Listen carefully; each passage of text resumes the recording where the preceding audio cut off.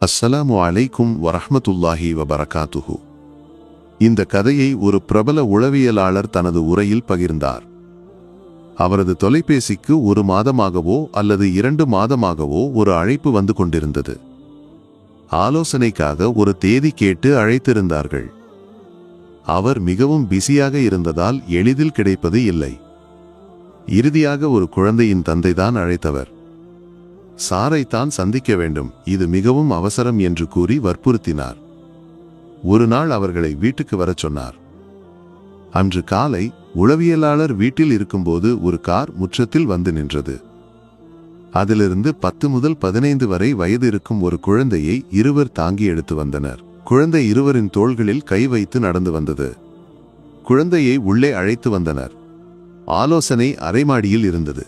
ஆனால் குழந்தையின் நிலையில் அங்கு கொண்டு செல்ல முடியவில்லை. உனக்கு என்ன ஆயிற்று?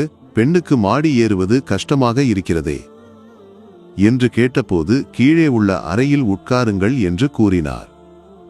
கீழே அறையில் அமர்ந்து விஷயங்களை விசாரித்தார். ஒருவர் தன்னை அறிமுகப்படுத்தி நான் தந்தை என்றார். மற்றவர் குழந்தையின் மாமா தந்தை விஷயங்களை விவரிக்கத் தொடங்கினார். அவர்கள் மதச் சட்டங்களையும் ஒழுக்கத்தையும் பின்பற்றும் ஒரு குடும்பம். தந்தை வளைகுடா நாட்டில் வேலை செய்து கொண்டிருந்தார். குழந்தை 8ஆம் வகுப்பில் படிக்கும்போது இந்த நிகழ்வுகள் தொடங்கின. இந்த கதை ஏறக்குறைய 12 ஆண்டுகளுக்கு முன்பு நடந்தது. பள்ளியில் புதிதாக சேர்ந்த ஒரு குழந்தையுடன் இவர்கள் நண்பர்களாகினர். அந்த குழந்தையிடம் ஒரு ஸ்மார்ட் போன் இருந்தது. நம் குழந்தைக்கு மொபைல் போன் இல்லை. வீட்டில் ஒரே ஒரு தொலைபேசி மட்டுமே இருந்தது. இவர்கள் இடைவேளை நேரத்திலோ பள்ளி முடிந்த பிறகோ ஒன்றாக வீடியோக்களை பார்க்க தொடங்கினர். ஆனால் அவர்கள் பார்த்தது ஆபாச வீடியோக்கள். பள்ளி நாட்களில் இது வழக்கமாகியது. 8ஆம் வகுப்பு முதல் 10ஆம் வகுப்பு வரை 3 ஆண்டுகள் இது தொடர்ந்தது. 10ஆம் வகுப்பு முடிந்து இவர்கள் பிரிந்த போது குழந்தைக்கு மொபைல் போன் கிடைக்காமல் போனது. வீட்டில் அம்மாவின் தொலைபேசியில் இணைய வசதி இல்லை. அழைப்புகளுக்கு மட்டுமே பயன்படுத்தப்பட்டது. வீட்டுக்கு வந்த குழந்தைக்கு மன அழுத்தமும் துக்கமும் தொடங்கியது. உணவு வேண்டாம், தூக்கமின்மை, அப்படியொரு நிலை. குழந்தைதானே ஒரு வழியை கண்டுபிடித்தது. அம்மாவின் தொலைபேசியை எடுத்து காலை தொழுகைக்கு பள்ளிக்கு செல்கிறேன், வழியில் டார்ச்சுக்கு தொலைபேசி வேண்டும் என்று கூறி வெளியே சென்றது. குழந்தை ரீசார்ஜ் செய்ய பணம் ஏற்பாடு செய்து இணைய இணைப்பு எடுத்தது.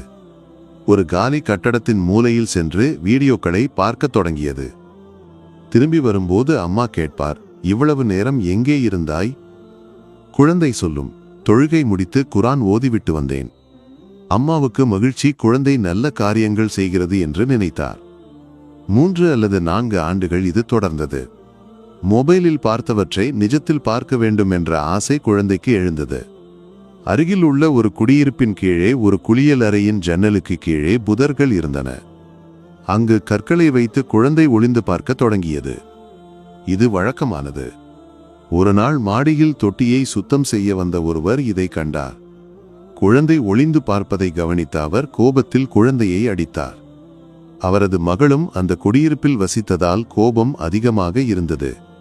ஒரு பெரிய கம்பால் அடித்தபோது குழந்தையின் முதுகுத்தண்டுக்கு காயம் ஏற்பட்டது. கீழ் உடல் பாகங்களுக்கு கட்டுப்பாடு இழந்தது. மருத்துவமனையில் இருந்த பிறகு பிசியோதெரபி தேவை என்ற நிலையில் குழந்தையை வீட்டுக்கு அனுப்பினர். வீட்டுக்கு வந்தபோது குழந்தைக்கு மனநல பிரச்சனைகள் அதிகமாக தொடங்கின. உணவு வேண்டாம், தூக்கமின்மை, தனியாக உட்காருதல், பேசாமல் இருத்தல்.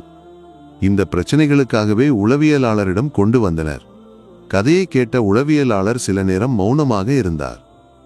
உரையின் முடிவில் அவர் கூறினார், அன்பர்களே, நம் குழந்தைகளுக்கு விருப்பம் போல் மொபைல் போன் கொடுக்கும் காலம் இது. 2 வயது வரை குழந்தைகளின் கண்களில் மொபைலின் ஒளி கூட படக்கூடாது.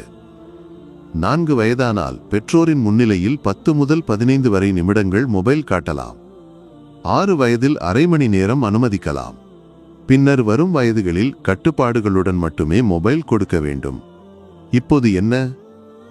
உணவு உண்ண, தூங்க, கேட்க எல்லாவற்றுக்கும் மொபைல் கொடுக்கிறோம். குழந்தைகள் என்ன செய்கிறார்கள், எந்த தளங்களுக்கு செல்கிறார்கள் என்று நாம் சரிபார்ப்பதில்லை. இந்த கதையில் குழந்தையின் வாழ்க்கை படுக்கையில் ஆனது ஒரு மொபைலில் இருந்து தொடங்கியது. இந்த மொபைலின் ஆபத்துகளை நாம் புரிந்து கொள்ளாவிட்டால் நம் தலைமுறை பெரிய ஆபத்தில் செல்லும். தொழில்நுட்பம் அவசியம், ஆனால் அதை அறிந்து பயன்படுத்தும் விழிப்புணர்வு நமக்கு இருக்க வேண்டும். கட்டுப்பாடுகளுடன் மட்டுமே இதை கையாள வேண்டும். இந்த பாடங்களை உங்கள் மனதில் பதிய வைக்கவே இந்த கதையை சொன்னேன்.